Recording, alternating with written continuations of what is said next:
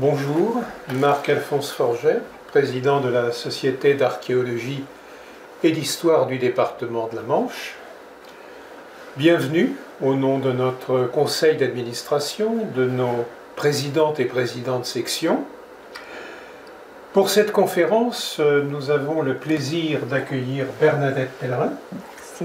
Bernadette Pellerin est membre de notre société. Elle est également membre du conseil d'administration de la section de Saint-Lô. Et elle a un parcours professionnel extrêmement riche pendant 25 ans, en 2 étapes. Elle a été infirmière de secteur psychiatrique au Bon-Sauveur. Et elle a été également thérapeute systémique familiale. Et là, elle va nous parler d'un sujet qu'elle a déjà abordé au mois de juin, lorsque nous avons réalisé à Saint-Lô les journées mémorielles dans le cadre du 80e anniversaire du débarquement. C'est l'exode des sœurs, des pensionnaires et du personnel du Bon-Sauveur après les bombardements de juin 1944. Alors vous allez le voir, c'est une véritable saga, puisque plus de 800 personnes vont se retrouver sur les routes au départ de Saint-Lô et vont cheminer, Bernadette nous en présentera les conditions, jusqu'en Mayenne. Jusqu'en Mayenne, sud de Dernay. Au sud d'Ernay. Donc Bernadette, écoute, je vais te passer le relais. Je te remercie, Marc-Alphonse. Et puis on se revoit en fin de conférence Entendu. Pour faire la synthèse. Donc je vais vous parler de l'exode des malades du Bon-Sauveur et des religieuses qui a eu lieu à partir du 8 juin, mais je vais démarrer mon sujet à partir du 3 juin parce qu'il s'est passé des choses très importantes avant qu'elle quitte l'hôpital. Donc là, c'est une première photo de l'hôpital du Bon-Sauveur avant fin 19e, début 20e siècle. Entre le 8 juin et le 28 août 1944, de Saint-Lô jusqu'à Chaillan, dans le département de la Mayenne, eut lieu un exode pas comme les autres. Il fut le fait de religieuses de la communauté du Bon-Sauveur de Saint-Lô qui vont prendre tous les risques, protégeant les dames, comme elles les appelaient, les folles, les aliénées, comme beaucoup les nommaient encore. Avec plus de 600 malades, ce sont 800 femmes et une poignée d'hommes qui vont prendre la route pour fuir les bombardements. Elles vont se dévouer corps et âme pour les protéger et les sauver. Les conditions de vie extrêmement difficiles des malades mentaux dans les hôpitaux psychiatriques pendant l'occupation a été rapportée par des médecins dès 1941. Étudié par des historiens, rapporté par des journalistes plus tardivement, mais j'y reviendrai. Ici, mon propos se veut avant tout à partir des témoignages des sœurs, du médecin, des civils, témoins de ces événements, l'hommage d'une infirmière psychiatrique que je suis au courage de ses consoeurs d'il y a 80 ans et de ses malades. 2 problématiques vont déterminer mon propos. Comment se présentait l'hôpital du Bon-Sauveur avant 1944, et puis comment s'est déroulé l'exode. Et dans la dernière partie, j'évoquerai le contexte français des hôpitaux psychiatriques qui est tout à fait particulier et peu connu. Depuis la nuit des temps, depuis l'Antiquité, la vision sociale des malades mentaux, elle se résumait à la démonologie et les superstitions. Les malades mentaux portent tous les maux de la terre. Donc, ils sont enfermés, ostracisés, on les met derrière des murs. Et depuis 1878, il y a un hôpital par département. Là, en l'occurrence à Saint-Lô, on va le voir, il y a un hôpital psychiatrique qui a été fondé par les religieuses. Mais ce qui est très important pour que vous ayez le contexte de l'époque, il y a un courant qu'on appelle l'eugénisme qui parcourt toute l'Europe, mais plus que l'Europe, les États-Unis, où en fait les mots qui dominent, c'est l'inutilité des malades mentaux. Ils sont inutiles. Donc, ces idées-là, je ne vais pas en faire l'historique, mais elles seront reprises par Hitler, qui dès 1933 va commencer à semer cette pensée en Allemagne, et puis jusqu'à ce qu'on appelle Action T4, où on va éliminer en Allemagne 80 000 malades mentaux qu'on va gazer. Donc en France, quand l'occupant arrive, bien évidemment, dans les hôpitaux psychiatriques, il y a une inquiétude sur qu'est-ce que vont devenir nos malades, qu'est-ce qu'ils risquent, nos malades. Et les sœurs connaissent bien ça, parce qu'elles ont accueilli de 1942 à 1944 120 malades venus de l'hôpital de Bruma, en Alsace. C'est à côté de Strasbourg, pas très loin. Il a été réquisitionné par les Allemands. 50 de leurs malades sont partis à Adamar, qui était un lieu de gazage des malades mentaux. Je crois qu'à Adamar, de mémoire, ont été gazés 15 000 malades mentaux. En fait, 50 de leurs malades seront gazés là-bas, un seul en reviendra. Elles ont donc fui vers l'ouest de la France et ont demandé accueil aux hôpitaux de la Manche, de la Bretagne. Le Bon Sauveur recueillera 120 malades mentales de Bruma, et les malades qu'on disait gâteuses à l'époque, c'est-à-dire c'est pas péjoratif, c'est les gens qui gâtaient leur lit, qui salissaient leur lit, les incontinents, sont allés à Pontorson. Donc elles connaissent les risques de ce que les malades encourent.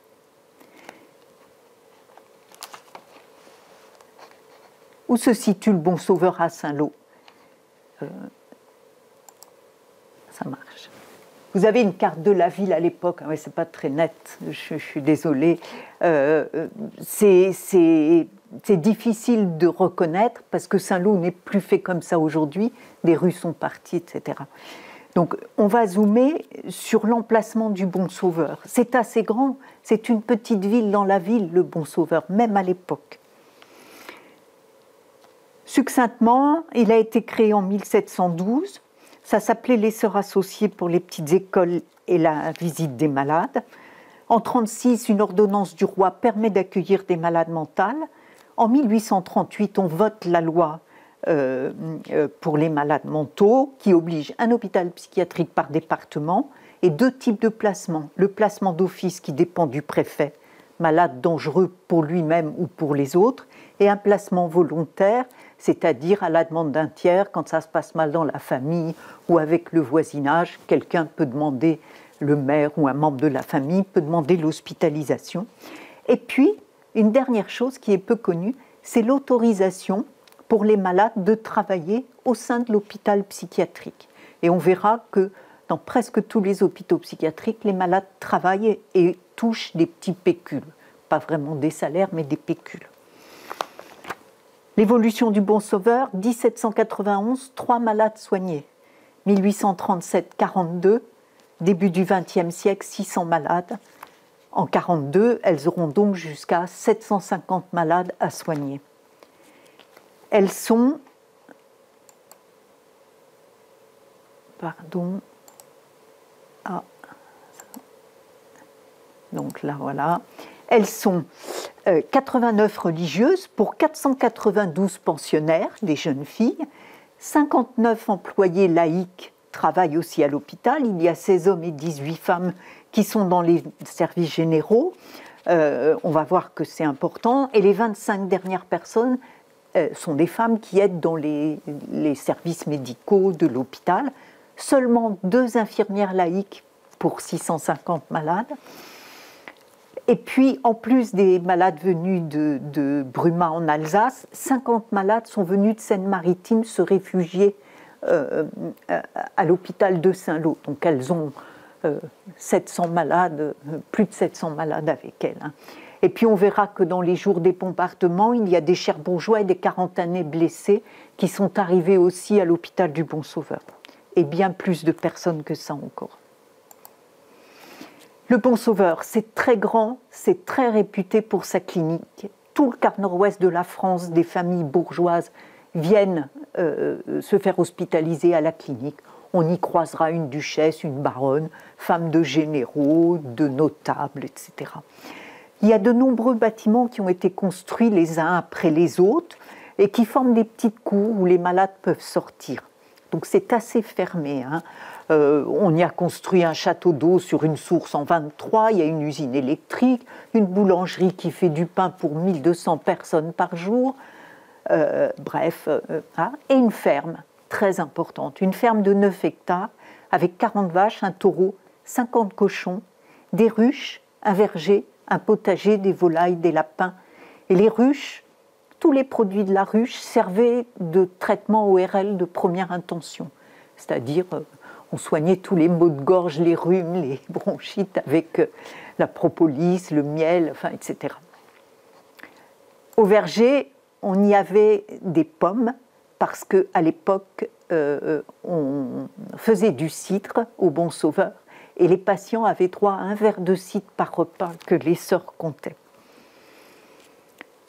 Au début de la guerre, le Bon Sauveur a traversé les premières années sans trop de difficultés. Ils étaient un peu autonomes grâce à la guerre.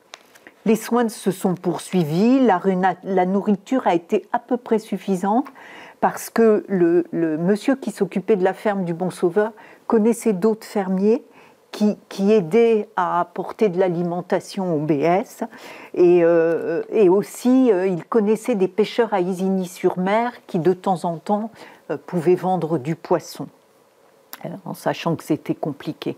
Les malades, alors je ne vais pas m'étendre là-dessus parce que c'est très compliqué, mais sous le régime de Vichy, tout le monde était rationné, il y avait des tickets de rationnement pour tout le monde, mais les rations pour les malades mentaux ont été diminuées à 1200 calories par jour. Il n'y avait plus de féculents, donc quand vous mangez quasiment que des légumes verts avec 1200 calories par jour, vous perdez énormément de poids, mais je vous en reparlerai à la fin de mon propos. Les bâtiments sont peints en gris-vert par l'organisation pour que les Allemands identifiaient comme ça les bâtiments officiels. Ils n'ont pas été réquisitionnés parce que les sœurs étaient très intelligentes. Bien que fréquentées par les officiers du Troisième Reich qui venaient régulièrement, elles ont toujours, avec le médecin, eu l'idée judicieuse de les guider vers les services des malades agités, ce qui les inquiétait un peu quand d'autres criaient au loin « Lazaret, Lazaret » pour les faire fuir. Donc, elles savaient. Et en fait, l'hôpital n'a jamais été occupé par les Allemands. Pour la défense passive, en 1943, dans les caves voûtées de l'hôpital, 3 bons abris avaient été construits. L'un en poste de chirurgical avancé, avec un stockage de 50 lits, des médicaments d'urgence, des extincteurs et un éclairage autonome. C'était prévision en cas d'urgence. En fait, on va voir qu'ils avaient bien prévu. Le 3 juin, les choses commencent à se préciser, des rumeurs courent partout dans Saint-Lô. Les bombardiers passent encore très haut. Partout où se trouvent les Allemands, il y a des sabotages, cela les rend de mauvaise humeur. Malheur à celui qui est pris. Arrestations, exécutions, déportations se succèdent. Chacun sent la libération imminente. Le 4 est une journée relativement calme, une seule alerte. Mais les sœurs sont très inquiètes, alors elles renvoient toutes les élèves du pensionnat chez leurs parents, sauf 30 qui ne vont pas pouvoir partir parce que leurs parents se sont trouvés bloqués sur la route par les bombardements. Ces jeunes filles partiront plus tard à La Chapelle-sur-Vire et à Condé-sur-Vire. Le 5, tout le monde entend à la BBC, les carottes sont cuites. C'est le signal. Les résistants savent qu'il va falloir passer à l'action. À Saint-Lô, ils passeront à l'action le 6 à 8h30 le matin. Ils ont miné la gare et les lignes de chemin de fer et les feront exploser.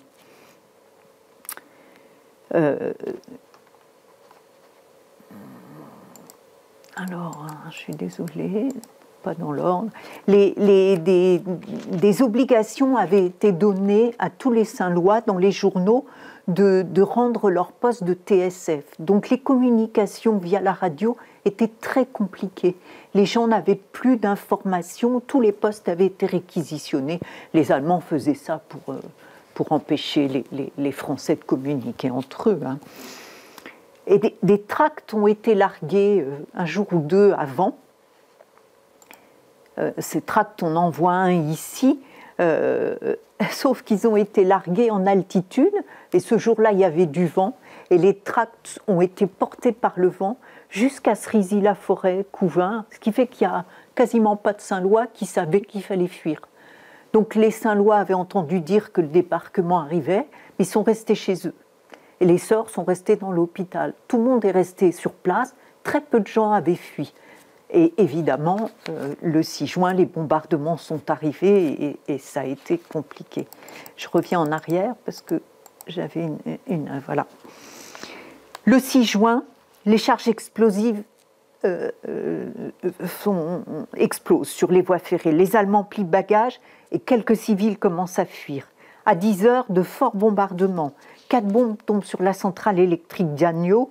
Toute la ville est privée d'électricité, y compris le tunnel de Saint-Lô qui est sous les remparts, où sont réfugiés des Saint-Lois et les blessés, on verra. Le pharmacien Monsieur Bellamy fait la navette entre son officine qui est rue Saint-Thomas et Sainte-Geneviève au Bon-Sauveur. En fait, il rapatrie les médicaments vers le Bon-Sauveur parce que les blessés vont arriver. L'infirmerie de la communauté, les sœurs et les malades infirmes sont regroupés au pied de l'autel.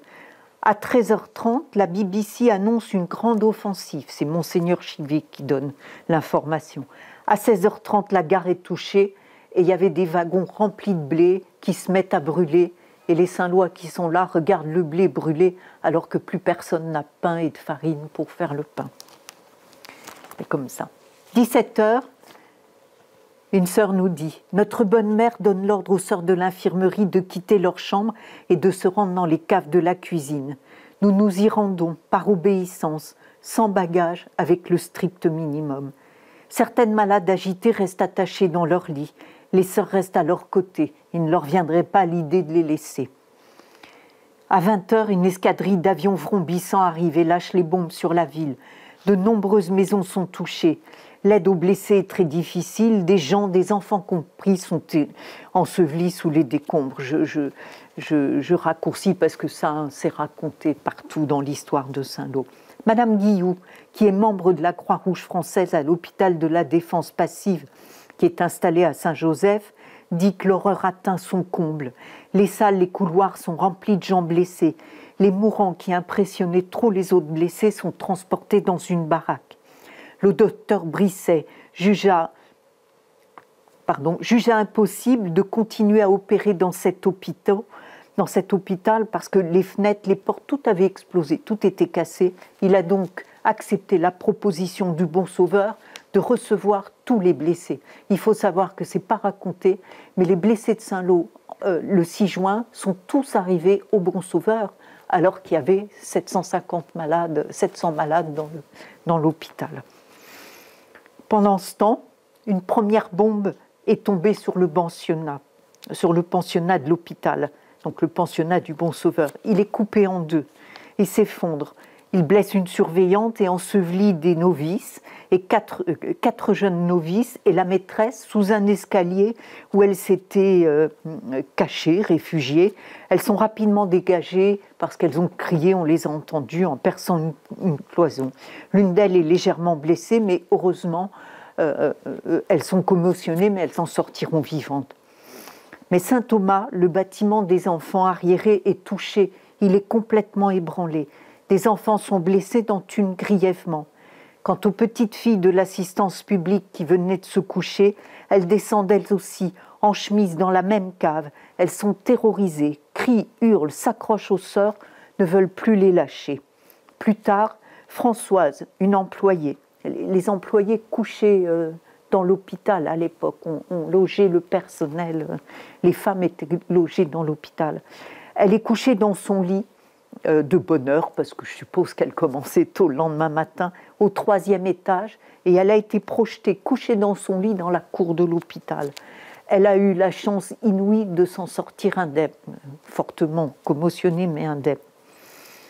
Une autre sœur nous dit qu'à 23h, elles descendent, hâtivement habillées, et elle rajoute « Nous ne devions plus nous déshabiller d'ici longtemps, pour moi, le 6 août seulement ». Tous les médecins, les chirurgiens de la ville sont là. Les blessés, hommes, femmes, enfants, affluent.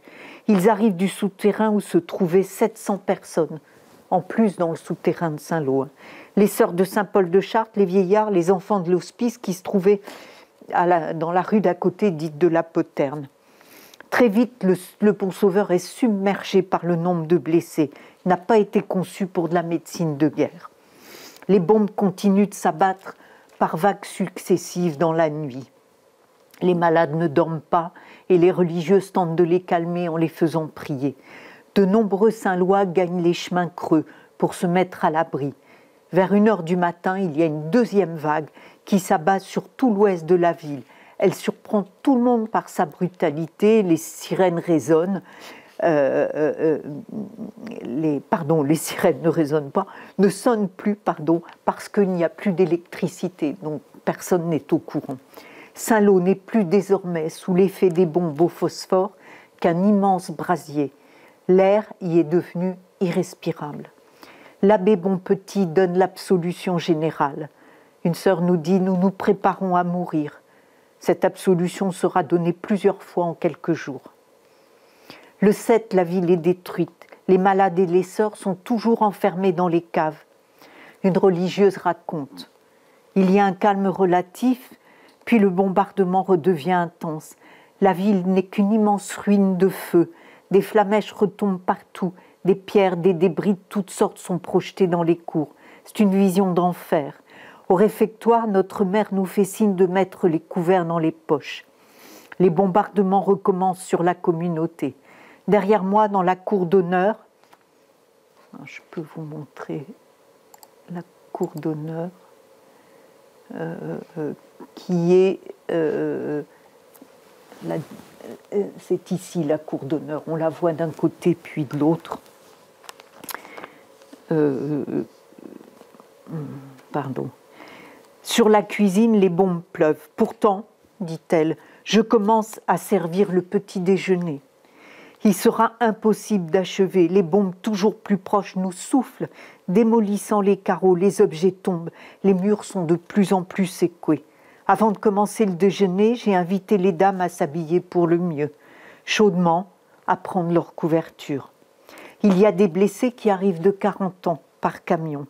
Les élèves du pensionnat partent à la Chapelle-sur-Vire par des chemins creux sous les bombes. Ce sont des jeunes filles, des enfants. Toujours pas d'ordre de la préfecture autorisant le départ des 650 malades. Elles sont entassées dans les caves. Certaines sœurs se croient en sécurité grâce aux croix blanches qui ont été peintes sur les toits de l'hôpital. Mais il n'en est rien. Il n'en est rien du tout, ça ne va pas les protéger.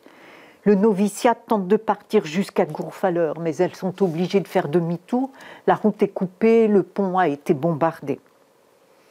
Dans la nuit du 7 au 8, la mère supérieure passe de cave en cave pour donner quelques mots de réconfort.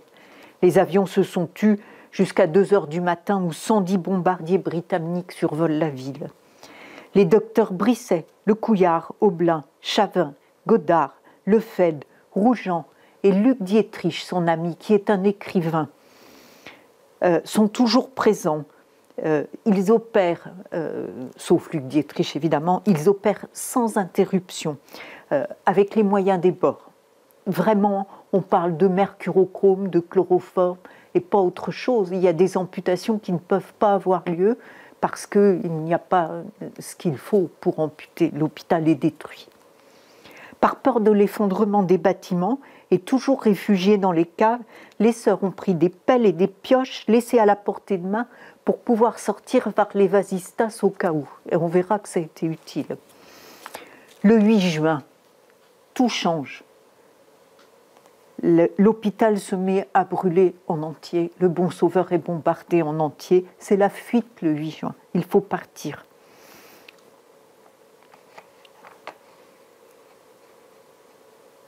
Alors, le premier bâtiment touché, alors Saint-Lô détruit, c'est une photo qui n'est pas très bonne, mais qui nous montre, voyez, en haut à droite, les bâtiments du Bon Sauveur, ce qui restait le 8. Il n'y a plus rien, tout est détruit. Il restera quelques morceaux de l'hôpital debout. La chapelle est touchée. Voilà ce qui reste de la chapelle. Hein. Et les services sont abîmés, mais il reste quelques bouts de bâtiments debout. Les malades sont toujours enfermés dans les caves. Hein. Et à l'époque, il faut que vous sachiez qu'on fermait, dès qu'il y avait des malades quelque part, on fermait à clé. Donc les caves sont fermées à clé. Et les sœurs sont enfermées à clé avec les malades. Je n'ai pas de photos, je n'ai pas trouvé de photos, je pense qu'elles existent. C'est ce que vous voyez là, le grand bâtiment, c'est l'ancien hôpital de Saint-Lô qui vient d'être détruit. Et vous connaissez sûrement, en fait, tout au bout à droite, c'est le rond-point du 6 juin. On aperçoit Notre-Dame au-dessus des remparts. L'hôpital était construit au pied des remparts, devant le pont de la Vire, parce qu'il y avait un lavoir à côté. Donc l'hôpital était là, il est détruit, et évidemment ils ont remonté par la rue Croix-Canuet pour aller jusqu'au BS. Donc ça n'existe plus. Une sœur nous dit à ce moment-là, elle a appelé ça la détonation suprême. 2 sœurs, les sœurs dépensières. Alors les sœurs dépensières, c'est des sœurs qui s'occupent des achats pour une communauté, sont tuées. La mère supérieure échappe de justesse à la mort. Une 3e sœur sera retrouvée décapitée, plus tard dans les décombres. Plus loin, 2 malades sont tués par un obus. Une 3e, petite Argentine Laurent, qui travaillait à aider les pensionnaires à faire du ménage dans la pension, est tuée. On la retrouvera plus tard dans les décombres aussi. À 9h, les malades sont toujours enfermés dans les caves et les grandes agitées sont encore dans leur lit, attachées. Il faut attendre la mort à son poste, nous dit une sœur. Pendant ce temps, les blessés qui ne sont pas du Bon Sauveur sont restés dans un bâtiment qui s'appelait Sainte-Anne. On avait transféré les blessés de la ville, mais eux aussi sont restés là, on ne les a pas évacués. Donc ils réclament des vêtements, ils veulent partir, les gens de la ville. Les bombes tombent sur l'hôpital, ils ne veulent plus rester là. Ils insistent, ils réclament des vêtements, mais les médecins ne sont plus là, eux. Et les sœurs sont occupées à un accouchement. Une femme est arrivée pour accoucher au milieu des bombardements. En fait, les médecins sont dans d'autres couloirs, beaucoup plus loin. Ils essayent, dans les sous-sols, ils essayent de trouver une méthode pour faire quelque chose, pour faire sortir 650 malades, plus les 200 blessés qui sont là. Enfin, arrive un monsieur qui s'appelle Monsieur Duparc, de la défense passive, qui ordonne le départ. Dans cette situation, et malgré la présence de 200 personnes incapables de marcher, impotents ou blessés, tous les malades partent dans la précipitation, en chemise, en robe, en chaussons, comme on est, avec des couvertures. Une 50aine d'agités ont leur camisole de force. On n'emporte ni change, ni médicaments, ni ravitaillement. Les hommes de la défense passive aident à évacuer tout le monde vers le champ, au sud de l'hôpital, c'est-à-dire vers Candolle et vers le Hutrel. Une sœur dit, une torpille est arrivée jusque dans une des caves, mais la porte est fermée. Par où sortir? Les dames arrivent à casser un vasistas et à sortir vers l'extérieur. Elles ont réussi à toutes sortir et s'enfuient en courant vers les champs. Elles étaient couvertes de poussière, impressionnées, choquées, mais enfin, elles sont sauvées. Elles ont été aidées parce qu'au Bon Sauveur, il restait encore quelques bâtiments. Il y a des vasistas arrondis comme ça, au ras du sol des bâtiments. Pierre Montjoie, qui fait partie de la défense passive, nous raconte l'évacuation des plus atteintes. Le Bon Sauveur est en partie en feu lorsque nous y entrons. C'est par un escalier étroit que nous devons monter de 3 étages. Les malades se sauvent partout, sauf celles que nous trouvons attachées, hurlantes, maudissantes. Une vaillante religieuse nous aide beaucoup. Elle dit, cette religieuse, nous sommes sortis de cet enfer par le chemin auprès de la ferme. Nous nous dirigeons vers les chemins creux du Hutrel. À ce moment-là, j'ai pourtant dû me retourner vers les flammes. Je n'ai comme souvenir qu'une image confuse. La peur me paralysait, le danger continuel dans lequel nous avons vécu, ou plutôt attendu la mort depuis 2 jours, concentrait mon attention sur la possibilité de faire sortir nos malades. Nous avons été obligés de quitter ou brûler. Le Bon Sauveur va brûler jusqu'au 13 juin. Toutes les malades sont emmenées au milieu de grands cris de protestation. elles prennent leurs sauveteurs pour des assassins. Il faut en porter beaucoup, elles refusent de partir, il faut les canaliser. On les attache donc les unes aux autres avec des cordes. C'est la panique, on pense évidemment c'est la panique, et moi qui connais bien le milieu, ces gens-là n'avaient aucun traitement, il n'y avait pas de neuroleptique à l'époque, donc on avait probablement une majorité de malades délirants dans cet hôpital qui probablement intégraient ce qui se passait autour d'elles dans leur délire, ce qui aggravait certainement les choses. Mais quelques centaines de mètres plus loin, la colonne est arrêtée par un Allemand. Un officier se présente à M. Leclerc et lui demande « Pourquoi vous sauvez toutes ces folles inutiles ?» La réponse ne s'est pas fait attendre. « Une vie humaine est sacrée pour nous Français et vous ne m'empêcherez pas de sauver toutes ces femmes. » Il faut parlementer une dizaine de minutes. Leur chef donne enfin l'ordre de passer.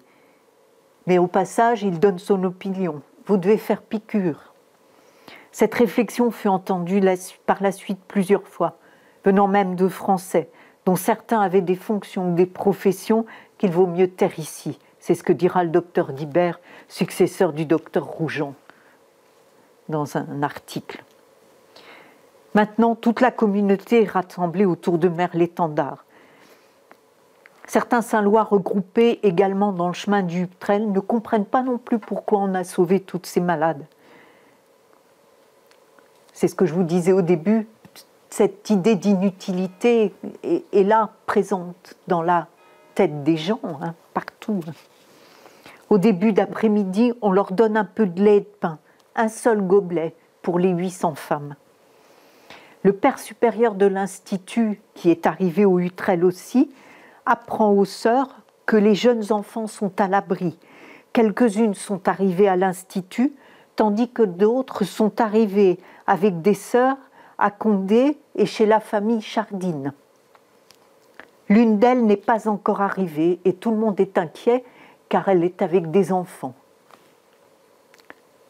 Mais dans ce départ chaotique, 2 malades se sont échappés et une autre a été oubliée dans sa cellule, donc il va falloir retourner les chercher. Ce sont aussi les animaux de la ferme. Malheureusement, les 50 cochons ont brûlé vifs dans les bâtiments de l'hôpital et les sœurs vont retourner chercher les vaches et les chevaux parce qu'elles vont, pendant cet exode, vous allez voir, elles vont faire suivre les animaux de la ferme jusqu'en Mayenne. Les malades passent leur première nuit à la Belle Étoile, couchées dans les fossés. Certaines sont attachées aux arbres, sans protection.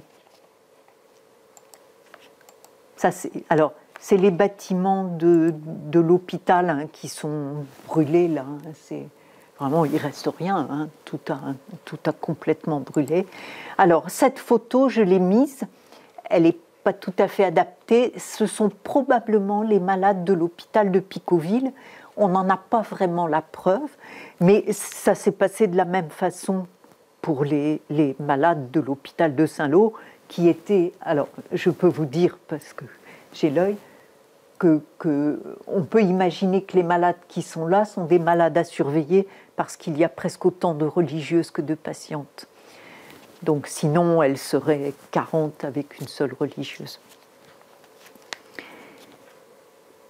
Donc, comme les malades sont très agités, elles sont attachées aux arbres. Nombre de Saint-Lois qui sont allés au Hutrel diront avoir été extrêmement impressionnés par cette vision des malades hurlantes attachées aux arbres au Hutrel. Mais elles n'ont mangé qu'un minuscule bout de pain depuis la veille.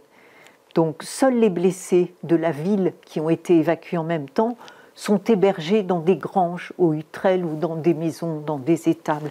Mais les malades du Bon Sauveur, elles, sont restées couchées dans les fossés. Elles n'ont pas été hébergées dans les granges à ce moment-là. Le 9 juin, le docteur, avec quelques religieuses, essaye de retourner dans le Bon Sauveur, récupérer quelques linges, quelques ustensiles de cuisine. Il faut faire manger tout ce monde-là, mais il n'y a rien, il n'y a plus rien. Donc elles arrivent, ils retrouvent la malade qui est restée enfermée, la pauvre qui n'a ni bu ni mangé depuis 2 jours, et elle les reçoit avec une bordée d'injures parce qu'en fait, elle a retrouvé l'emplacement de sa chambre et elle y est retournée et elle ne veut pas quitter, elle n'a pas compris ce qui se passait. Quelques sœurs âgées ont quand même été logées dans une étable étroite dont on a d'abord fait sortir l'âne et elles l'ont spontanément nommée Bethléem. Les habitants donnent un peu de lait et de pain beurré et une famille loge la maître supérieure dans sa maison. Plus tard, M. Salette et ses camarades trouveront dans les décombres, alors je vous passe la description qu'il a fait, qui est terrible, des corps des gens qui sont morts. Mais ils ont retrouvé surtout une patiente, on pense, suspendue à un mur. Elle est restée accrochée à un mur. Elle a dû essayer de sauter, je pense. Un calme relatif est revenu parmi les malades qui se montrent plutôt raisonnables dans leur ensemble. Cependant, le groupe des très agités reste très agité et elles sont attachées vraiment ficelées avec les cordes des vaches, enfin avec toutes les cordes trouvées. En tout, en fait, il y en aura 90 qui vont être déménagées un peu plus loin. Elles sont emmenées, ça s'appelait l'Utrel, c'était Saint-Thomas de Saint-Lô, avec 2 petits lieux-dits qui s'appelaient Lacanais et l'autre, prédestiné s'il en est, s'appelait la Haute-Folie. En fait, elles seront emmenées jusque-là, 90 agités camisolés seront emmenées là, parce qu'elles faisaient tellement de bruit dans le village qu'elles attiraient les Allemands. Et c'était pas bon, quoi. Il fallait pas que les Allemands viennent les déloger d'où ils étaient. Monsieur Salette, qui fait partie des sauveteurs, dit « Nous partons un matin encadrant la triste colonne par une route jonchée d'arbres et de poteaux abattus. La troupe s'allonge en une minable cohorte. Les sœurs trottent d'un groupe à l'autre, superbes de dévouement, si calmes au milieu de leurs malades affolés. Prions à haute voix. Plusieurs avions passent et repassent en ras-de-motte pour voir qui elles sont, attirées par le rassemblement. Nous voulons les ignorer car il ne peut être question de se mettre à l'abri. Il faut au contraire se montrer et tenter de se faire identifier.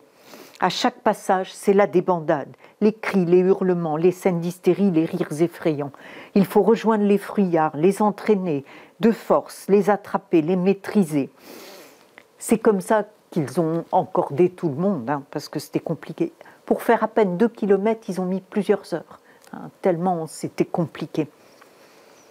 Voilà.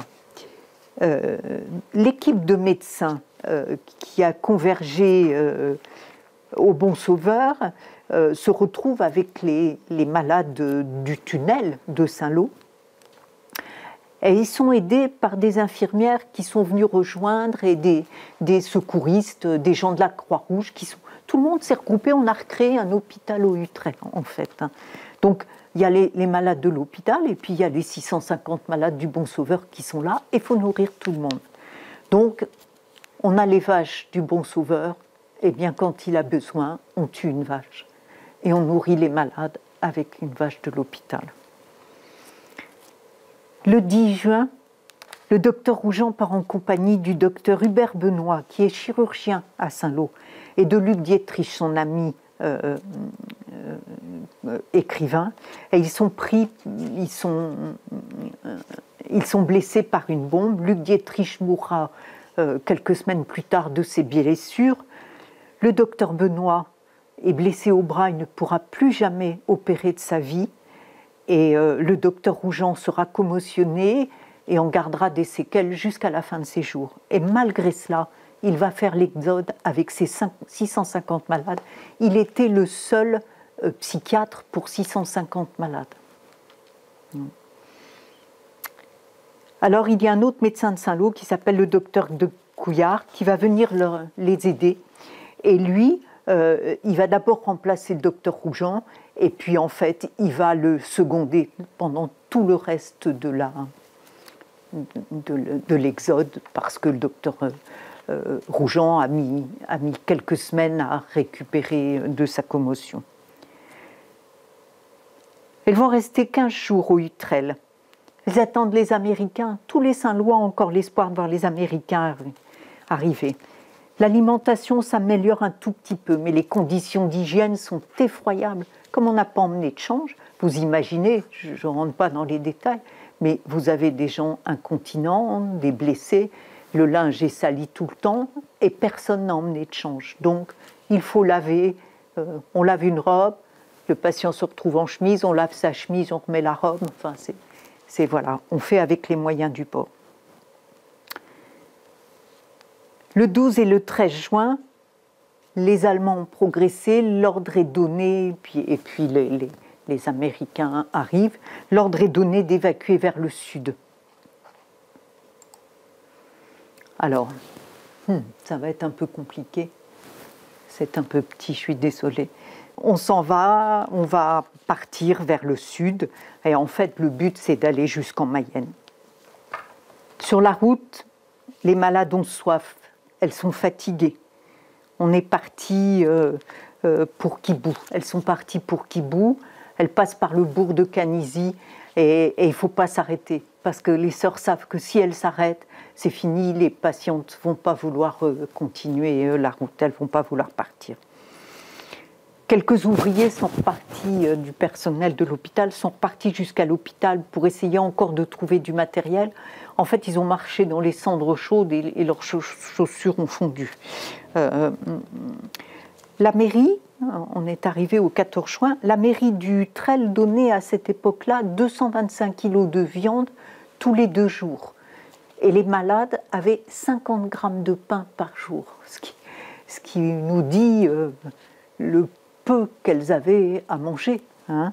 Voilà. Alors il y a un monsieur dans cet hôpital qui est un monsieur extraordinaire qui s'appelle Monsieur Pasquiou, qui va suivre les sœurs tout le long de l'Exode et qui prend 1 voire 2 fois par semaine la carriole avec les chevaux et qui s'en va jusqu'à Hauteville-sur-Mer pour récupérer des légumes sur la côte et ramener les légumes aux sœurs et aux malades du Bon Sauveur pour les nourrir, hein, pour apporter à manger. Alors parfois, il part 48 heures et ça inquiète tout le monde. Le 23 juin, tout le monde s'installe à Kibou. 800 personnes, elles sont. Hein. L'étape s'est faite à pied. Les grabataires ont été transportés en vachère, en charrette, réquisitionnés à la demande du médecin. La population leur vient en aide. Une sœur, donc je parlais des légumes, se souvient qu'elles ont récupéré une charrette entière de choux à éplucher. Je ne rentrerai pas dans les détails, mais manger des choux sans avoir autre chose dans le ventre, c'est compliqué. Une sœur raconte, toutes les granges et étables disponibles ont été réquisitionnées dans la contrée pour les malades. Après le petit déjeuner, tous les matins, chacun va à ses occupations, ravitaillement, vaisselle, cuisine, soins aux malades. Toutes celles qui sont libres dans la journée font de la couture. Il faut raccommoder les vêtements, réparer, fabriquer des choses avec ce qu'on trouve, transformer les vêtements. Elles vont rester à Kibou jusqu'au 10 juillet. Elles sont logées, certes, dans des granges et des étables, mais les conditions de vie restent déplorables. De nombreux Saint-Lois sont là également, et ils ont un regard plutôt apitoyé sur ces femmes. Hein. Là aussi, la question, c'est pourquoi elles sont là. Hein. Une femme témoigne qu'en voyant passer les malades, les gens étaient surpris. Elle dit, on voit passer des cordes d'aliénés échevelés à gare hurlantes, contenues à grand-peine par des religieuses, dévouées mais anxieuses, spectacle pitoyable, affligeant, terrifiant même. Ces malades sont hébergés chez Monsieur Marie, au village Grimbert à Kibou. Le lendemain, elles en ont vu d'autres arriver en camisole de force. Hein. Le 28 juin, les Allemands ont interdit aux paysans de faire les foins. Donc ça inquiète tout le monde parce que s'ils ne font pas les foins, si après les blés ne sont pas coupés, il n'y aura plus de farine, il n'y aura plus rien. Jusqu'au 5 juillet, les fermiers ne sont pas tout à fait pressés parce qu'en fait, on dit qu'il y a eu des paysans mitraillés dans les champs. Donc voilà. Malgré tout, la ration de pain est passée à 100 grammes par jour. Voilà. On n'a pas toujours une vache quand c'est nécessaire pour compléter l'alimentation. Alors le curé de Kibou, le 2 juillet, fait appel à ses ouailles. Il appelle tout le monde en disant « Venez aider, on a besoin de nourriture, de vêtements, de choses comme ça ». Le front se rapproche, les réfugiés sont nombreux. Elle voit arriver des gens d'Agneau, des Bécrevons, de Saint-Gilles.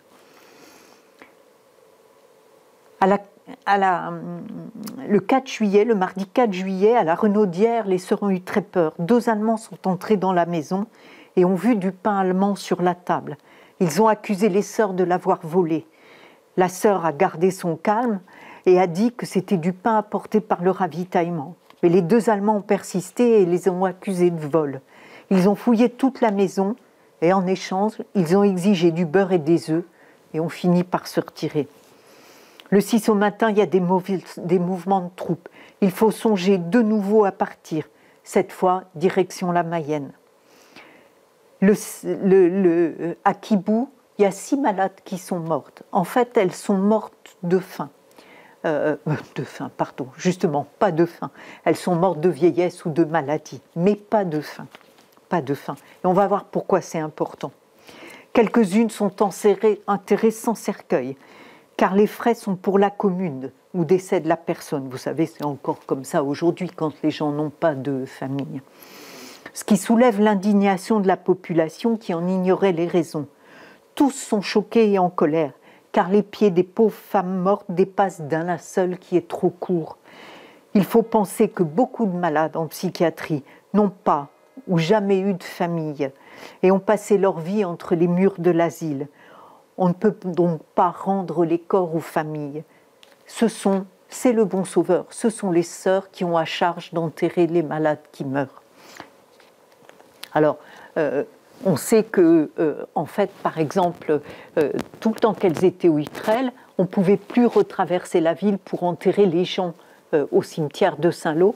Les gens qui sont morts au Hutrel ont donc été enterrés dans les champs autour du Hutrel. Pour les malades, il en est de même. Le 8 juillet, le front approche. Le commandement allemand donne l'ordre d'évacuation générale de la zone Saint-Lô. Plus aucun Français ne devrait résider dans la zone de combat. Et les entêtés seront obligés de partir sous la menace des mitraillettes. Dans la nuit du 8 au 9, il tombe des obus sur Canisy. Elles entendent. 4 heures du matin, le 9, les Allemands réveillent les sœurs. C'est l'état-major qui veut occuper la maison. Elles expliquent qu'il leur faut au moins une journée pour plier bagages avec tous ces malades-là. Ils sont impatients. Elles partiront le 10 pour Notre-Dame de Senilly. Des voitures sont réquisitionnées pour les invalides et le matériel, mais toutes celles qui peuvent iront à pied. Les novices confectionnent des brassards et des drapeaux de la Croix-Rouge pour les conducteurs de voitures.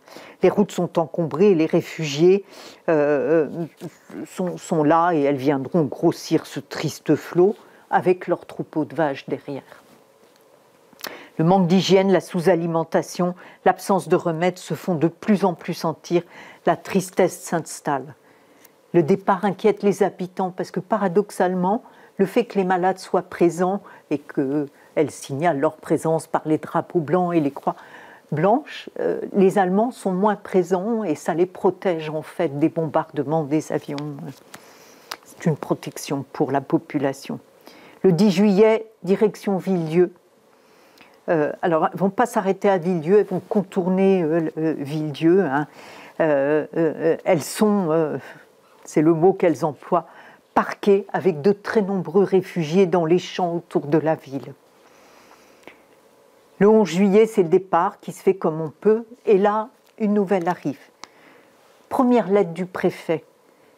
Alors, parce que la préfecture est partie, a été bombardée, donc ils se sont réfugiés d'abord à Baudre dans l'école primaire, et puis de Baudre, ils ont été obligés de se réfugier à Langronne parce qu'ils ne pouvaient plus. Et c'est important parce qu'il y avait les fonds, tous les fonds du département, l'argent, enfin pour le secteur, et puis il fallait faire des papiers à tous les gens qui avaient tout perdu. Il n'y avait plus de papier d'identité. Donc il fallait recenser les réfugiés. Donc ils avaient récupéré les institutrices et il fallait reprendre les noms de tout le monde, etc. Donc la préfecture a eu beaucoup de travail. Le préfet écrit le 11 au médecin, au docteur Roujean. « J'ai l'honneur de vous confirmer mes précédentes communications concernant l'évacuation des malades et des aliénés, à savoir qu'il est actuellement impossible d'assurer leur évacuation. » Mais elles sont déjà sur la route. Je manque en effet de tout moyen le permettant et je pense qu'il serait dangereux de les mettre sur la route. Il écrit ça le 11 juillet. Le 12 juillet, sont arrivés à Notre-Dame de Snilly. C'est trop, 700 personnes, 800 personnes qui arrivent d'un coup. Donc, ils ont coupé le groupe en deux, qu'on a mis à chaque bout du village, pour que ça soit moins à un seul endroit. Et le préfet envoie une autre lettre ce jour-là, conscient probablement des grandes difficultés, parce que le docteur Roujean n'arrête pas de demander de l'aide. Le préfet de la Manche prie messieurs les maires de bien vouloir faciliter la tâche du docteur Roujean, chargé de l'évacuation des malades de l'hôpital du Bon-Sauveur de Saint-Lô, en lui fournissant nourriture et hébergement nécessaires à ceux-ci. Ils sont en outre priés d'user de réquisitions pour fournir les voitures hippomobiles nécessaires au transport des malades. Enfin, elles vont pouvoir être un petit peu prioritaires dans les villages traversés pour être aidés.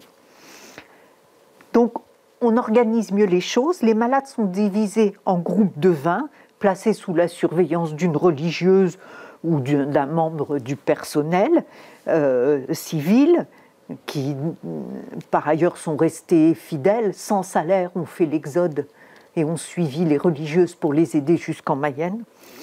Feront des étapes de 20 km. On marche une journée, on s'arrête 24 heures, on marche une journée, on s'arrête 24 heures.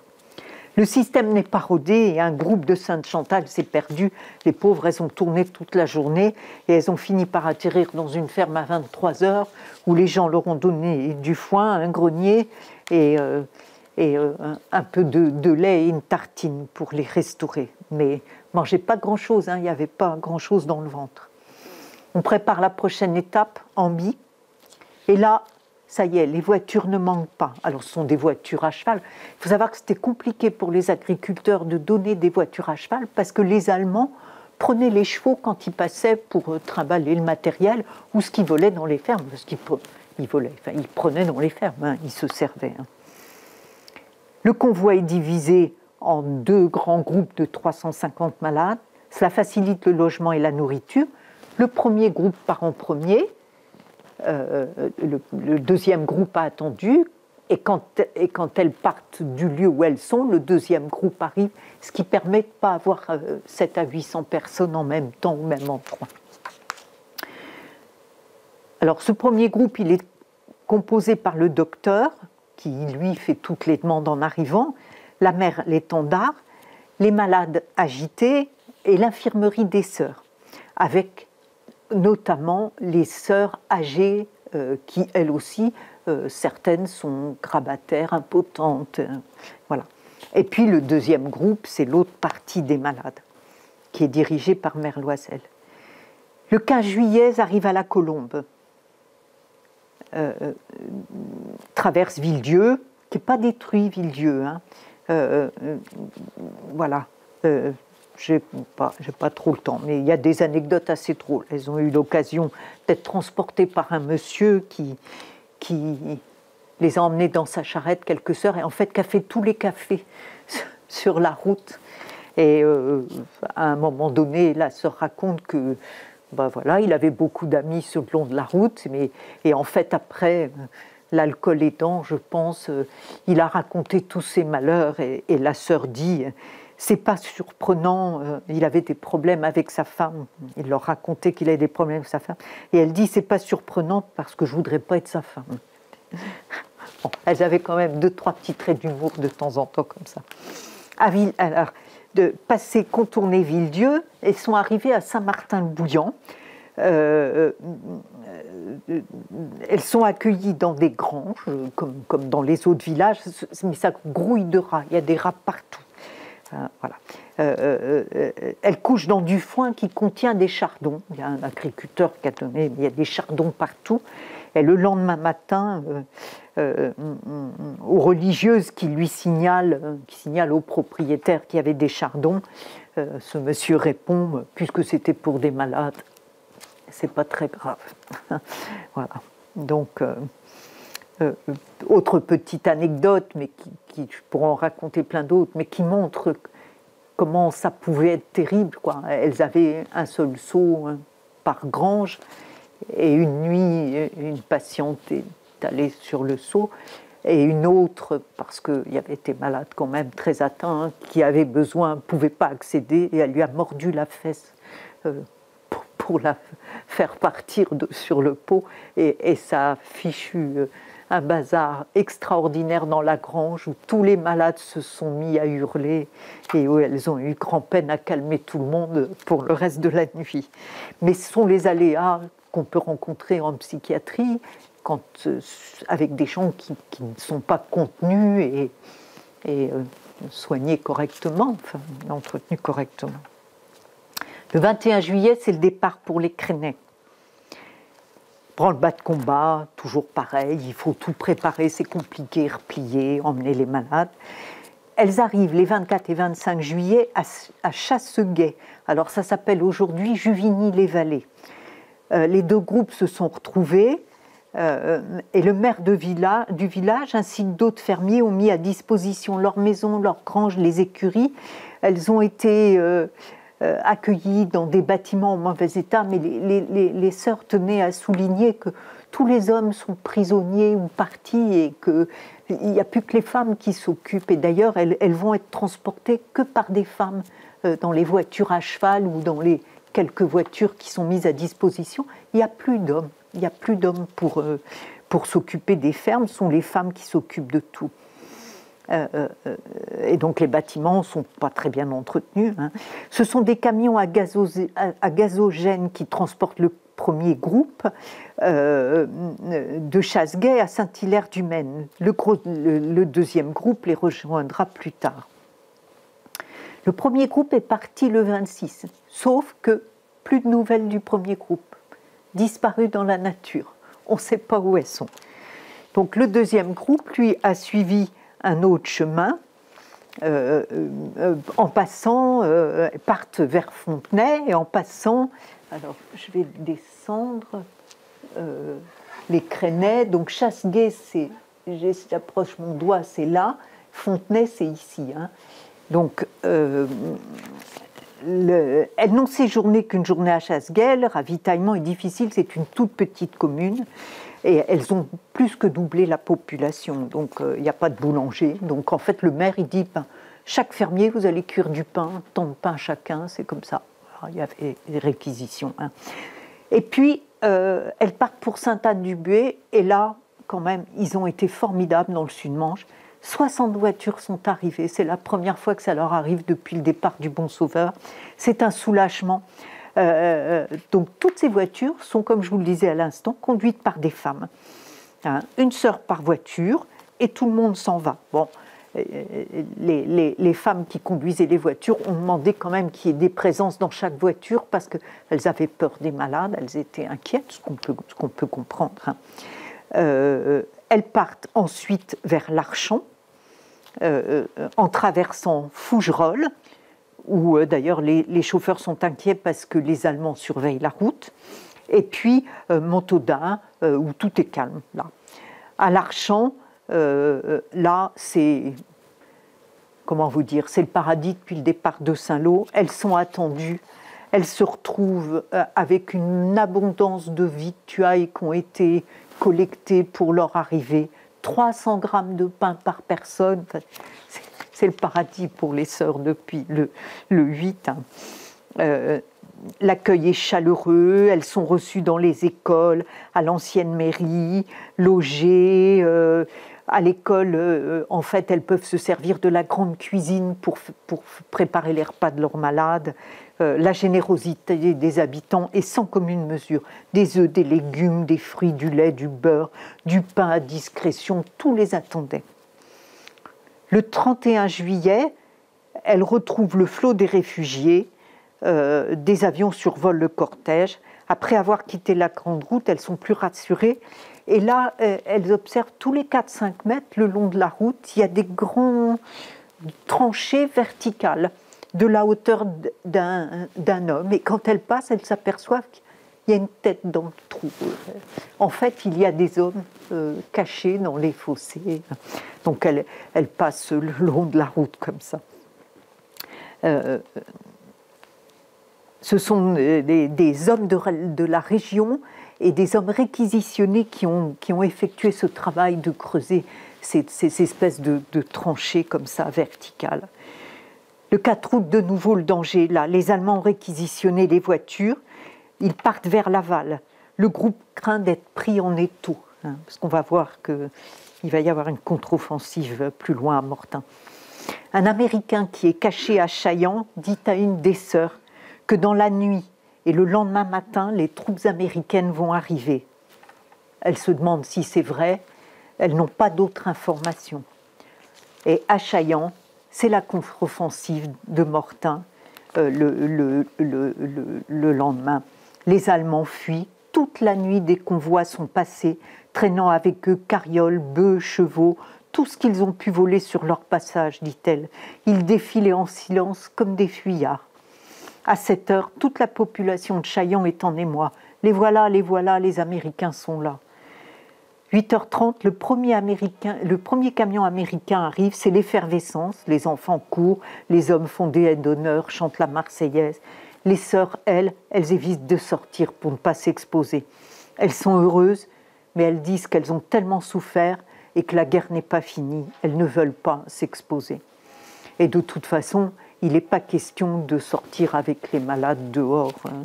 Parce que je dois préciser que pendant tout cet exode, les malades, à chaque fois qu'elles ont été mises dans des granges, elles sont restées enfermées dans les granges. Très peu ont pu sortir dehors. Il y avait trop de risques qu'elles s'enfuient ou qu'elles partent dans la nature, quoi. Le 6 août, le doyen, toujours prévenant, dit que nous sommes les paratonnerres de la paroisse, là aussi. À l'Archamp, l'accueil n'est pas très bon, la population ne veut pas les recevoir. D'ailleurs, les campements sont occupés par les troupes américaines et les routes encombrées de tanks et de camions rendent la circulation difficile. Elles restent donc à Chaillan, à la plus grande joie des malades et des habitants qui sont contents de les voir rester. Mais l'autre groupe, on ne sait pas ce qu'ils sont devenus. Alors il y a du personnel qui est parti les chercher pour savoir ce qu'elles étaient devenues. On ne sait pas si elles ont été prises ou ce qui s'est passé. En fait, Alcim, un des messieurs restés pour les aider, est arrivé et il annonce que la mère supérieure est à Ducet, avec tout son groupe et tout le monde va bien. L'arrière-garde, qui était formée des religieuses âgées, qu'il a fallu transporter dans des brouettes. Alors là, j'ai un témoignage.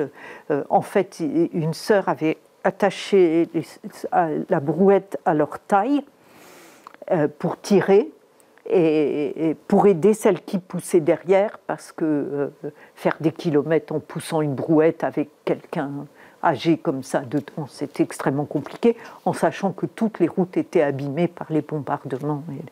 Donc vraiment, elles ont fait preuve d'un courage incroyable. Donc elles ont été expulsées de leur cantonnement par les Allemands et obligées de se replier à Fontenay, près de Mortain. Ce n'est que lorsque les Américains sont arrivés et qu'ils sont devenus maîtres de la région que l'exode s'est poursuivi pour elles jusqu'à Ducet. Depuis le 26, elles attendaient en vain des camions qui devaient les transporter à Saint-Hilaire-du-Maine, comme les autres.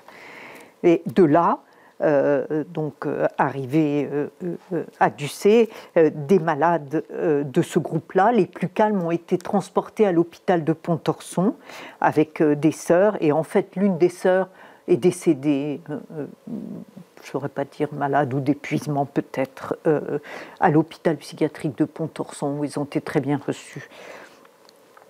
Les autres sont partis retrouver le second groupe à Saint-Hilaire-du-Maine. Donc, Donc à Chaillan, la commune, pour en finir avec cet exode, a été divisée en 7 parties.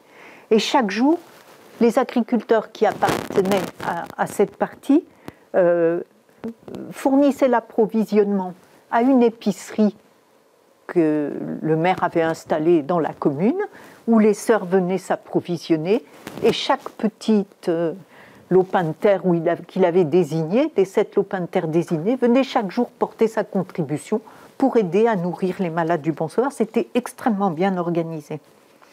Le séjour à Saint-Hilaire-du-Maine pour le premier groupe a duré du 26 juillet au 28 août.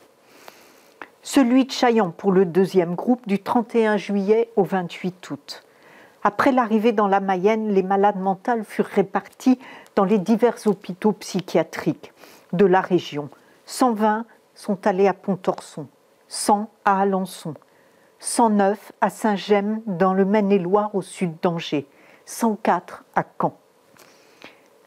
Les dernières patientes sont revenues avec les sœurs à Canizy.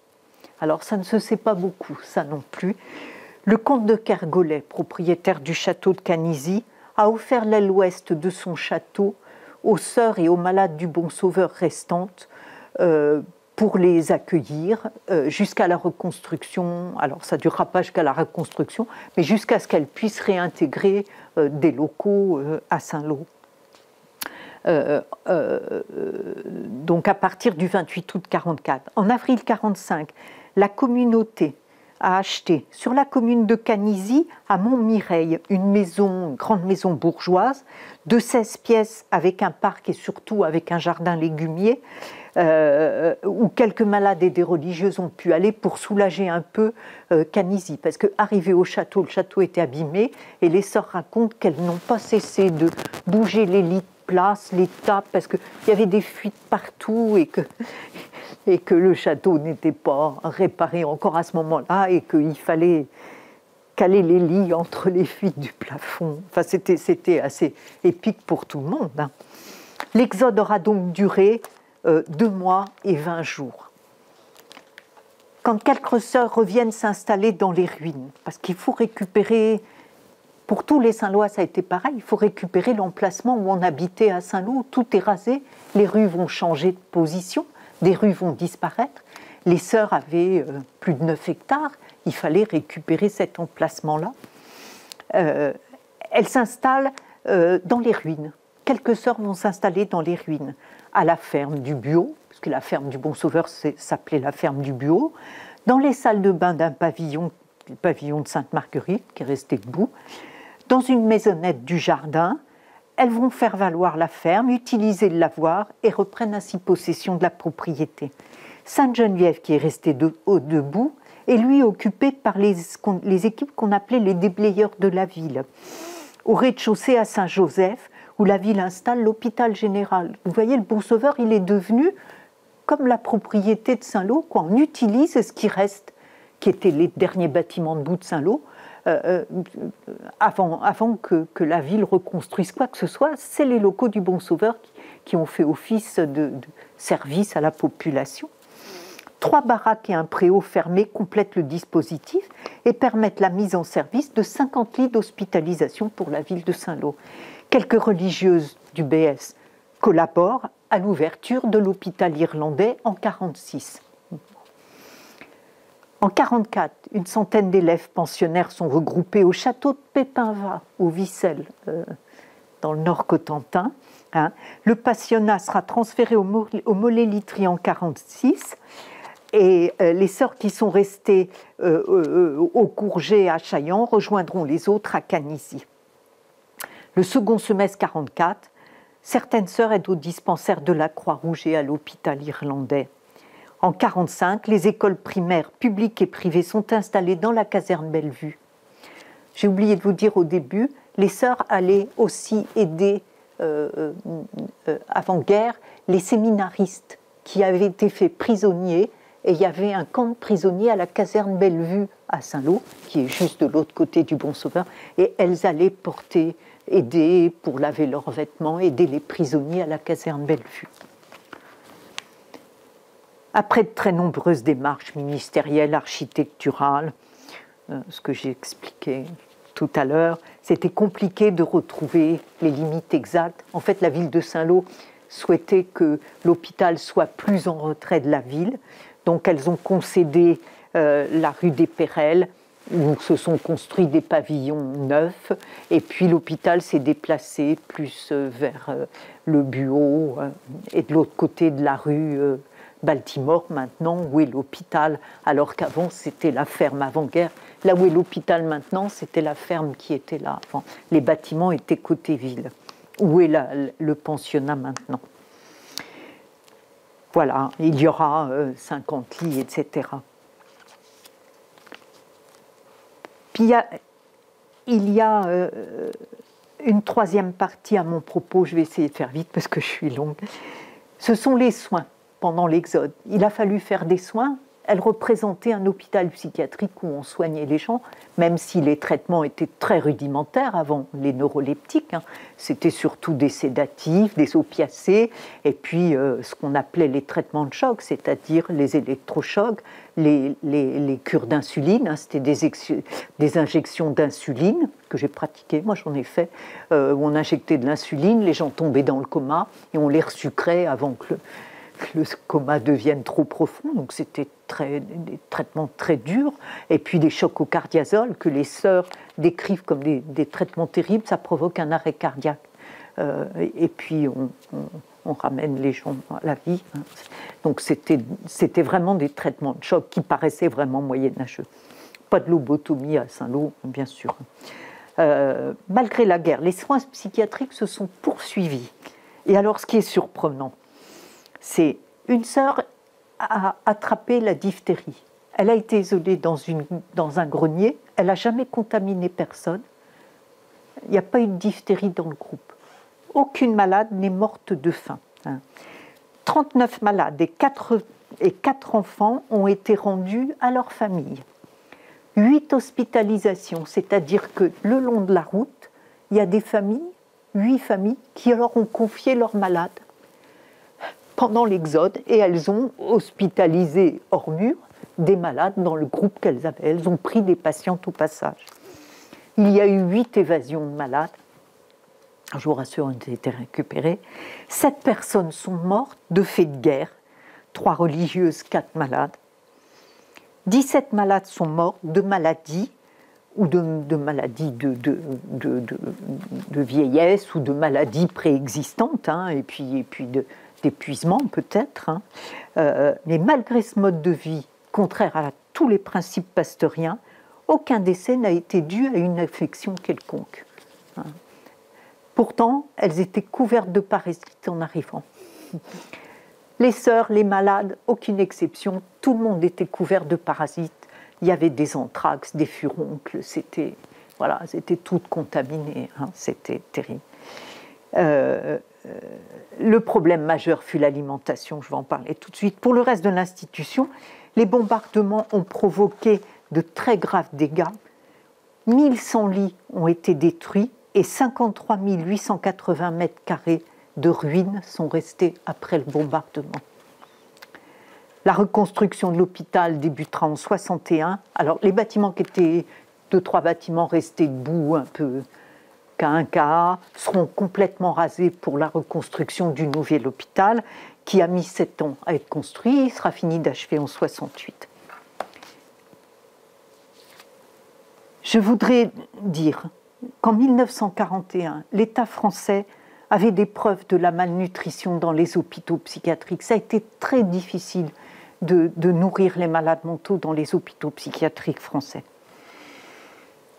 C'est un sujet qui revient depuis les années 80 régulièrement avec des débats extrêmement virulents.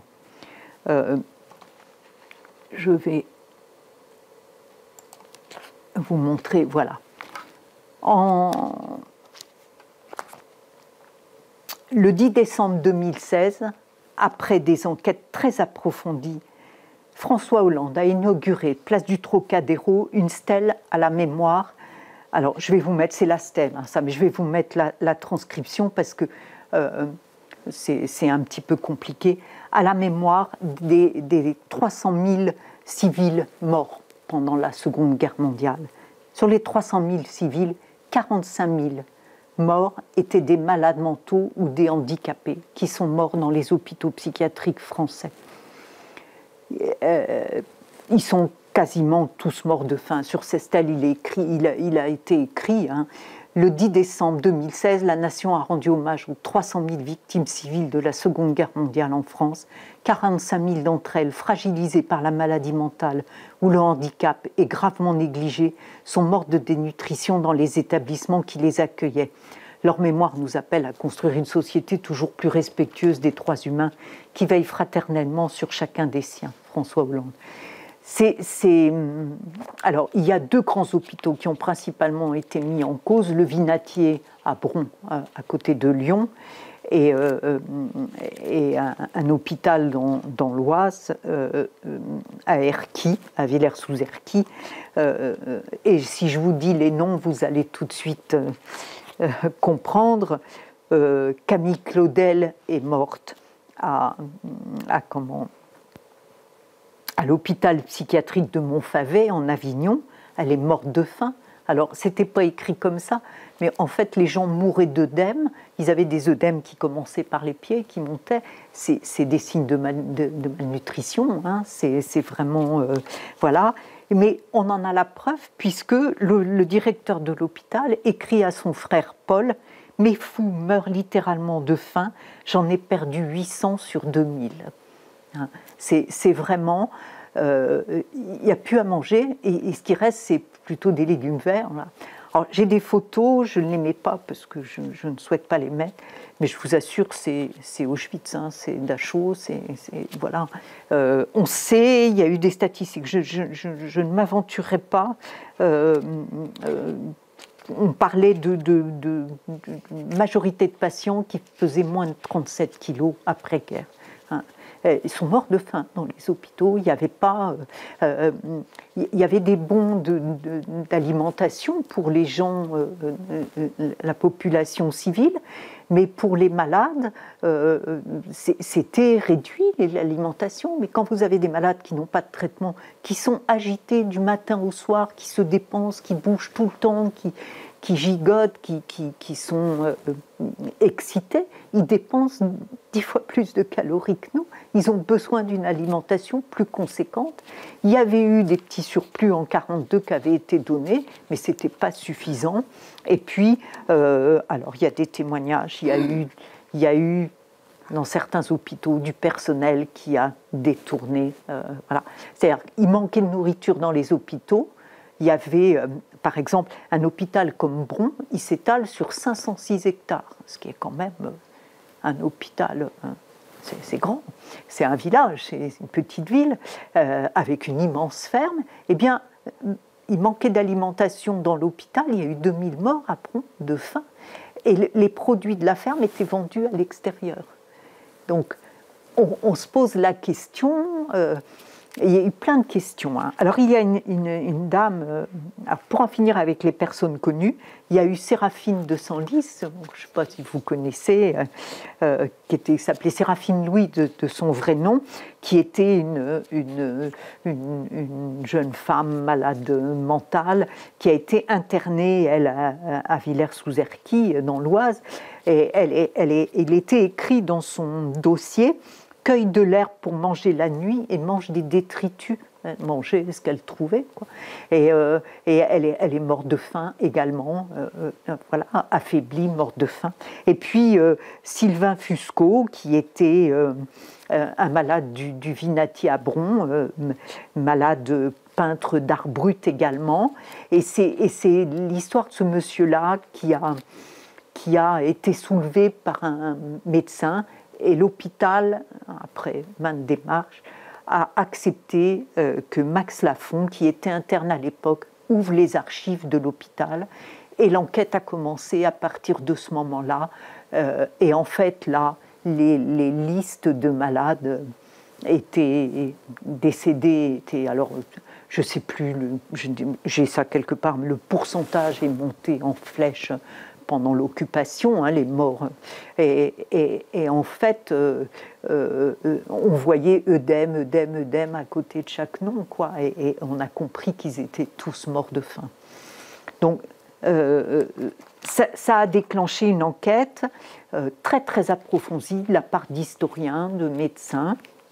Et il y a une dame qui s'appelle Elisabeth van Belginloven, je ne prononce pas très bien son nom, qui a écrit un livre qui s'appelle L'hécatombe des fous, qui est en fait un livre enquête, qui reprend tous les éléments historiques de cette malnutrition pendant l'occupation.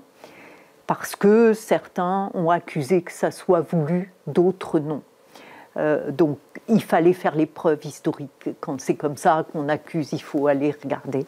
Et donc son livre, moi je n'en ferai aucun commentaire, mais amène tous les éléments de cette enquête. C'est un livre extrêmement intéressant.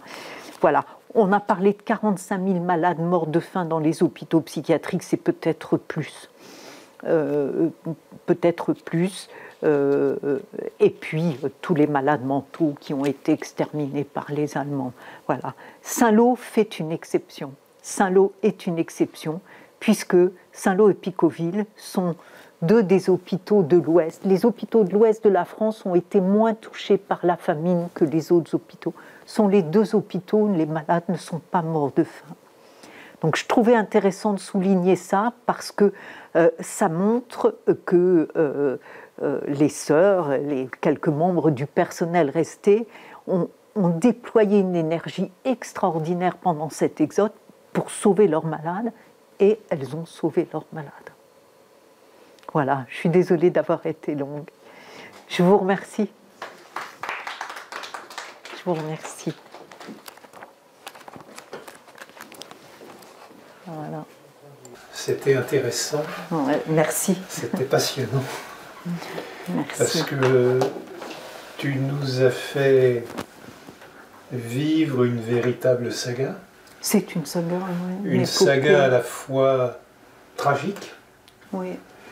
Et en même temps, en ce qui concerne Saint-Lô et si j'ai bien compris Picauville. Picauville, oui. Qui est parti moins loin. Oui, qui est parti beaucoup moins loin. Oui. Je dirais les dégâts ont été moindres que dans d'autres hôpitaux psychiatriques. Et humainement, alors il y a eu cette intelligence au départ de partir avec des ressources, les vaches. Oui. Certains animaux, plus de cochons, puisque si j'ai bien compris, les cochons sont tous morts. 50 cochons brûlés. Oui. Donc ça a donné quand même des moyens d'autosuffisance. Les protéines tout le long de la route. Oui. Et puis, bon, certains endroits, on voit que l'accueil n'est pas terrible, mais il y a d'autres endroits où les gens ont été formidables. Les gens ont aussi été tout à fait, oui. Généreux. Les témoignages sont... Je ne peux pas, parce que elles m'ont... Alors, je remercie les sœurs, hein, vraiment, elles ont été formidables, de courage, et puis elles ont accepté, c'est la première fois que ces documents sortent, elles ont accepté de me confier leurs archives, leurs témoignages, pas la totalité, mais une grande partie, et ce sont des témoignages très humains, où d'abord, hein, dans tous leurs témoignages, elles appellent les malades les dames. Ce sont les dames. Voilà, hein, avec des petites anecdotes, des petites histoires assez drôles d'ailleurs, hein, d'une patiente qui avait été prise par un Allemand dans un champ, née dans un champ par un Allemand. Et il y a une malade qui est venue dire à une des sœurs, Madame, mademoiselle Untel, elle est dans le champ avec un Allemand, et elle lui dit, puisque vous savez où allez la chercher, et l'Allemand a dit non, elle reste avec moi. Et donc elle est revenue voir la sœur, et la sœur est allée, et elle a dit à l'Allemand, tout droit comme ça, rendez-moi ma fille. Et l'Allemand a été surpris, et il lui a dit, oh, ma sœur, parce que vous avez une fille. Et en fait, elle l'a pris, elle lui a dit oui, elle a pris sa malade par le bras, et en fait, il est venu lui donner une poignée de main, et elle dit, à la fin de son récit, elle dit, j'étais bien contente de m'en être sortie à si peu de frais, parce que ils avaient toujours quand même, tout le long des témoignages que j'ai lus, l'inquiétude de ce que pouvaient faire les Allemands. C'était pas. Parfois, ils buvaient beaucoup le soir et ils étaient dans des granges à côté et ils rentraient inopinément dans les granges où il y avait les malades. Ils n'étaient pas toujours en sécurité. C'était compliqué. Ouais. Elles ont été d'un courage incroyable. Oui. Courage et puis vraiment une abnégation totale. C'est ça, ce sens de vraiment aider. Oui. C'était et puis je pense que là où c'est admirable, c'est que c'est des gens que tout le monde aurait laissés, tout le monde entre guillemets, mais que d'autres auraient laissés dans les murs, dans les caves. Elles ont dit c'est pas possible quoi. Elles étaient prêtes à brûler avec leurs malades. Ces témoignages-là sont saisissants. On ne peut pas ne pas commémorer ça. Moi, j'ai été heureuse que tu puisses me permettre de parler d'elles parce que ça a été très très peu évoqué, quasiment jamais. Le médecin-chef, Dr Guibert, avec qui j'ai travaillé, en a parlé dans un article, mais jamais raconté autrement. Et les sœurs, quand j'ai démarré mon école d'infirmière au Bon-Sauveur, il y a une sœur qui était venue nous raconter ça, l'histoire de l'hôpital, et c'est toujours resté dans mon esprit. Et quand tu as fait la proposition des journées mémorielles, je me suis dit, mais ça quand même, personne n'a entendu parler de ça, personne ne connaît cette histoire-là.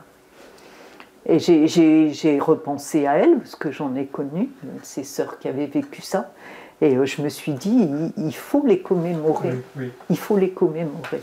Parce que ce qui est intéressant dans tes témoignages, c'est qu'on voit bien que ces sœurs continuent à avoir toujours sur ces filles, sur ces malades, un regard d'être humain.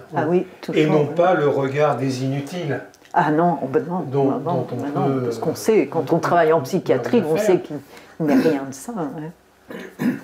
Et dans un contexte, je crois que tu en avais parlé lors des journées matérielles, où la politique du régime de Vichy, par rapport à ces malades mentales, dans les textes, ce sont des inutiles.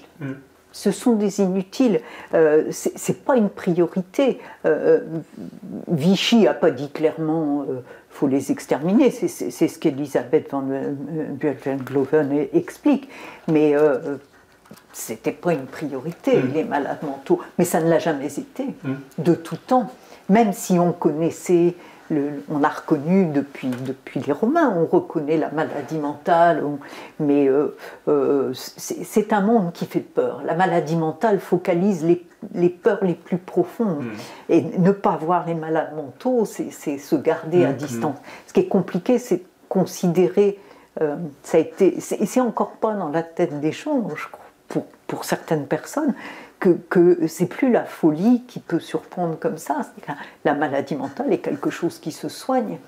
Même chez les malades les plus atteints, il y a des traitements qui aident énormément aujourd'hui. D'ailleurs, aujourd'hui, on travaille en majorité en ambulatoire. Et plus, moi, j'ai connu l'époque où alors, une chose importante, c'est que cet exode, ça a quand même ouvert une porte. Ça a ouvert la porte à l'hôpital de Saint-Lô, vers le travail à l'extérieur.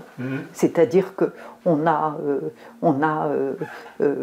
compris que les malades avaient vraiment des ressources et que ces malades qui avaient 40, 50 ans de psychiatrie, parce que moi j'en ai connu, qui avaient je ne sais combien d'années de psychiatrie derrière les murs, qu'elles pouvaient vivre, ces personnes-là pouvaient vivre à l'extérieur avec de l'aide. Donc, l'hôpital, dans les années 70, 80, a ouvert des structures. Je travaillais dans des petits pavillons en ville, on avait des appartements thérapeutiques. Et cet exode, ça a été une porte ouverte pour c'est triste de dire, mais dans chaque malheur, il y a une ressource à prendre. Eh bien, la ressource, ça a été celle-là. Ça a été celle de prouver qu'en fait, ces gens-là, ils avaient peut-être beaucoup plus de ressources qu'on ne le pensait. Parce que quand on les oubliait derrière les murs, on les chronicisait dans l'hôpital, on les rendait incapables. J'ai vu réapprendre apprendre même à des patients à faire un chèque, à aller dans une épicerie, faire des courses. Ces gens-là ne savent plus puisqu'ils sont derrière des murs. Ils ne savent pas vivre en société, ils ne savent pas comment ça se passe dehors, ils ne sortent pas. Certains ne sont jamais sortis. Et donc là, on était après-guerre, donc on était encore à une époque où il n'y avait pas de traitement du tout. Donc ça a apporté cette ouverture-là. Les traitements auxquels tu faisais référence, les traitements, je dirais, actuels, neuroleptiques et autres, ça arrive vers quelle époque? Alors, les traitements neuroleptiques, premier traitement neuroleptique, c'est la chlorpromazine, c'est le Largactil, le nom de pharmacie, en 1954 en France. Donc, c'est une petite révolution, mais les traitements de choc sont arrivés avant. Mais c'est une petite révolution en psychiatrie parce que on va commencer à trouver, alors on utilisait beaucoup ce qu'on appelait le sirop de chloral, qui était plutôt un sédatif. Quand les gens étaient très agités, à cette époque-là, même après-guerre, on donnait du sirop de chloral, ça calmait bien, mais ça ne soignait pas. C'est-à-dire on savait un peu calmer, on savait sédater, mais voilà. Et puis quand les gens étaient très, très agités, eh ben, on avait les moyens de contention, on les a encore aujourd'hui. On n'utilise plus les camisoles de force, mais on utilise des moyens de contention au lit, parce que quand quelqu'un est trop agité, il y a du risque pour les gens qui sont autour. Donc tant que les traitements fassent de l'effet, on utilise des moyens de contention. Ça se fait maintenant sous prescription médicale, c'est très contrôlé. C'est un peu choquant pour les gens qui voient ça. Il y a eu le film Vol au-dessus d'un nid de coucou, tout ça qui a apporté beaucoup de... Mais la psychiatrie, c'est pas Vol au-dessus d'un nid de coucou. C'est pas comme ça que ça se passe. Mais non, pas du tout. Mais les électrochocs, ça a été révolutionnaire, par exemple, dans la mélancolie, dans certaines schizophrénies. Hein. Moi, j'ai vu des gens faire 3 séances, on appelle ça la sismothérapie aujourd'hui. 3-4 séances de sismothérapie et on a des gens qui reviennent comme toi et moi, quoi. Donc il faut remettre dans le contexte. Je pense que ce qui était important, c'est de se dire comment on les voyait. Ben, on les voyait avec la peur de la folie. Voilà. Mais les traitements ont amené une ouverture, ça c'est évident. Mais il n'y avait pas à ce moment-là. Ça se préparait, parce que 54, c'est pas si loin. Mais non, elles n'avaient pas ça. Et puis elles n'ont rien emmené. Bah oui. Elles n'ont rien. Donc il y en avait plus de 50 qui étaient camisolées. Donc faire plus de 150 km les bras comme ça, attachés, je pense que c'était compliqué. Parce qu'elles ont fait, j'ai calculé à peu près. Pour moi, avec les petits chemins, elles ont fait entre 150 et 180 km. Voilà. Peut-être des questions. Pardon, pour les toilettes quotidiennes et tout ça, c'est impossible. Ah ben, je pense qu'elle n'en parle pas beaucoup. Il y a une sœur qui dit qu'elle n'a pu changer de vêtements que le 6 août. Donc, c'est-à-dire 2 mois après les bombardements de Saint-Lô.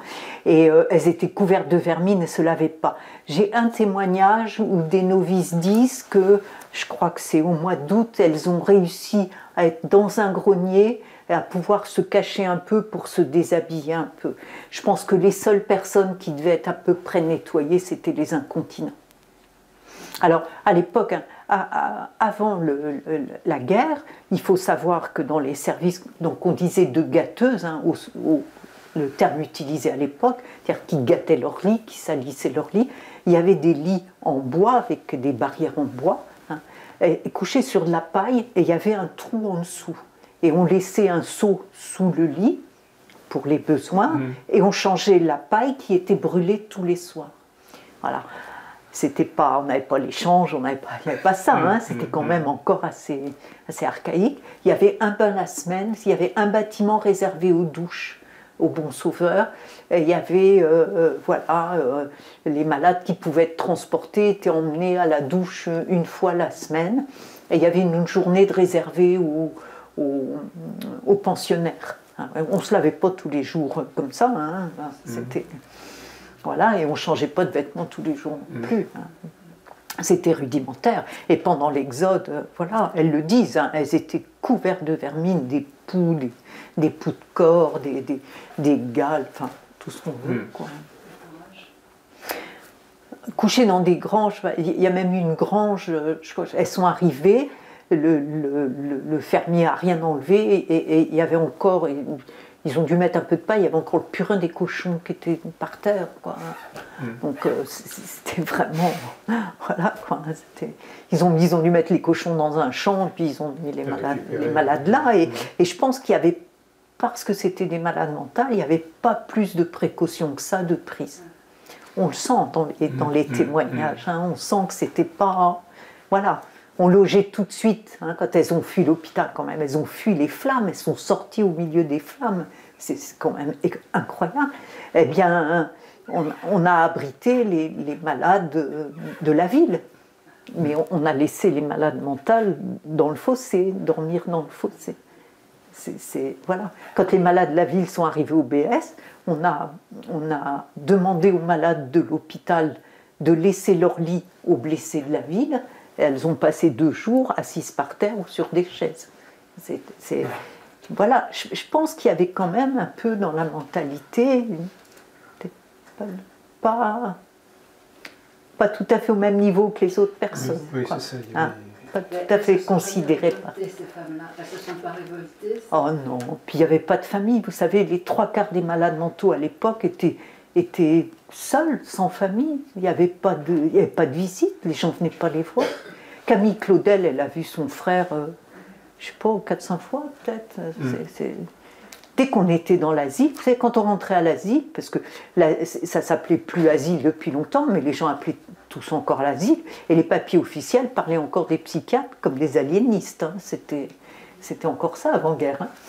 Eh bien, les gens y rentraient, eh bien, ils disaient, on rentre, c'est à vie, on n'en ressort pas. On n'en ressort pas. Et c'était malheureusement vrai parfois. Oui, on est dépossédé de son humanité, de toute façon. Complètement, complètement. Ouais. Alors aujourd'hui, c'est plus ça, puisque tous les malades qu'on avait en psychiatrie autrefois, c'est des gens qu'on retrouve, qu'on a retrouvés dans les CAT, enfin dans les ESAT, dans les foyers occupationnels, dans les MAS, les plus âgés, parce que tout le monde allait à l'hospice. C'est extraordinaire de voir les descriptions des hospices début 20e, fin 19e. On y mettait tout le monde. À la Salpêtrière à Paris, au fin du 18e, il y avait les prisonniers avec les malades mentaux, les vieillards, les filles de joie, tout le monde était regroupé. Tout ce qu'on ne voulait pas voir dans la société était derrière les murs de l'asile.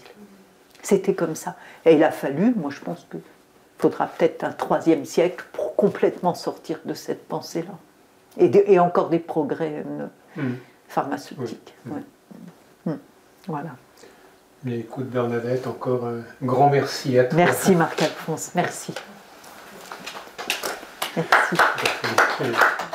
Merci.